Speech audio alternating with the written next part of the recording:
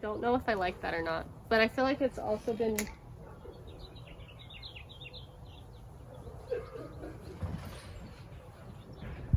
Who are you? Freedom Laredo.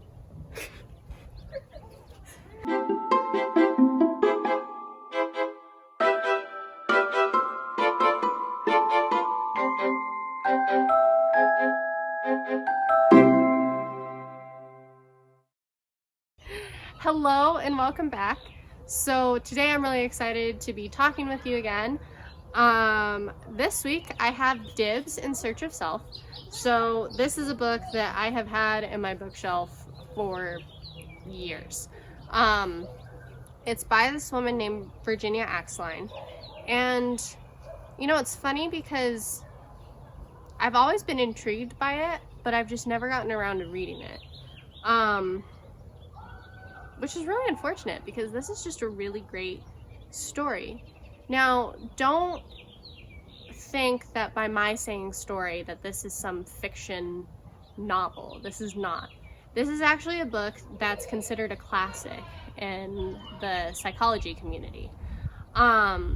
This is the story of a little boy named Dibs, and everybody thinks he's special.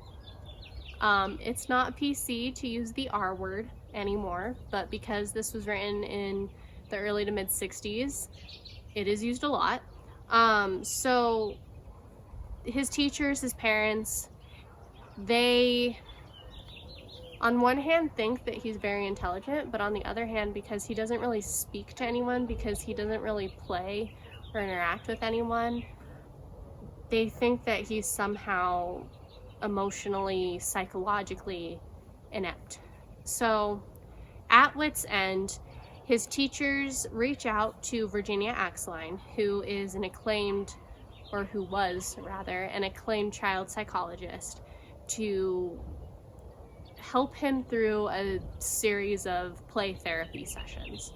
So the whole idea of play therapy is that you take a child, you give them toys in the environment to do whatever they want in, and you say, go play. And through play, they're supposed to work through their emotions and their problems and find a sense of self. And that's exactly what happens to Dibs. So this story takes place over the course of about a year. And what's really interesting is that it's all true. Now, I know that I already said that it's a nonfiction book, but what this book is it's a collection of the transcripts from these play sessions, as well as Axline discussing a few things, like saying how she interacted with the teacher for the first time. But so you get to see, not necessarily in real time, but you get to see exactly what happened in those sessions all those decades ago with Dibs. And you get to see how at first he's quiet, but he's really actually very intelligent, and you get to see as he begins to work through his problems with his parents and how they just have that disconnect. And you get to see that as he becomes more open with his parents and with himself and his teachers and his classmates, that he's actually able to work through the emotional trauma. So it's a super quick read.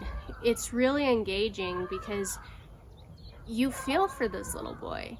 Even if you had the perfect childhood, you can empathize with him because you can just see how hurt he is and how much he just wants to be loved, and how he loves that he's accepted by Miss A, is what he calls Axline, because she lets him just be.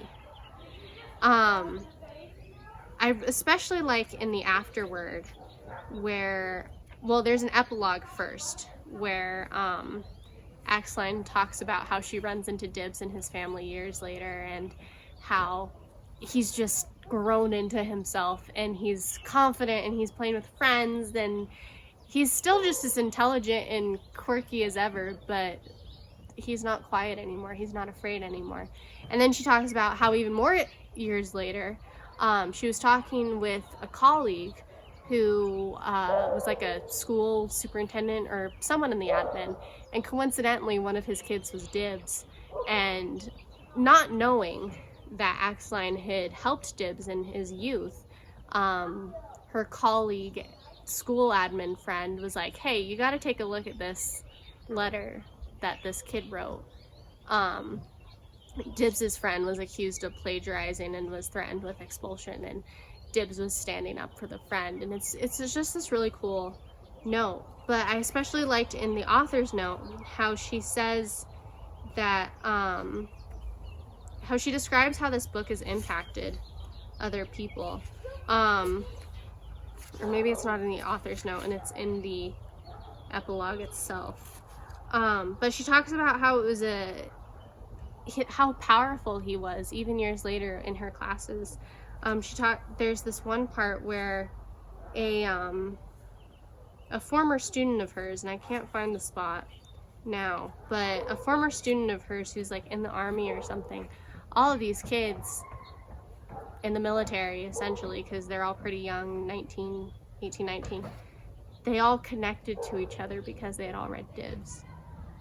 And it's just kind of ironic, but in a pleasant way, because for the child that had so much trouble connecting in his youth, he's brought so many people together. And just by reading it, you feel like you're part of that community. You feel an attachment to Dibs.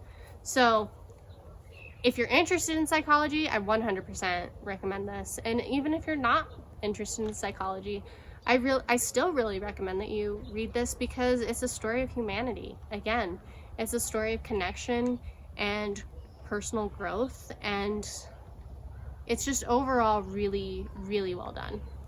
So my next book is one that I've seen a number of times. It's come in and out of my life. I've read or been read little excerpts, but it's called Love by Leo Buscaglia. He's an Italian man who also was a teacher. I forget which university he was at, but he had a class all about love, and he's written a number of books on it. So I'm really excited to share my thoughts about this book with you next week.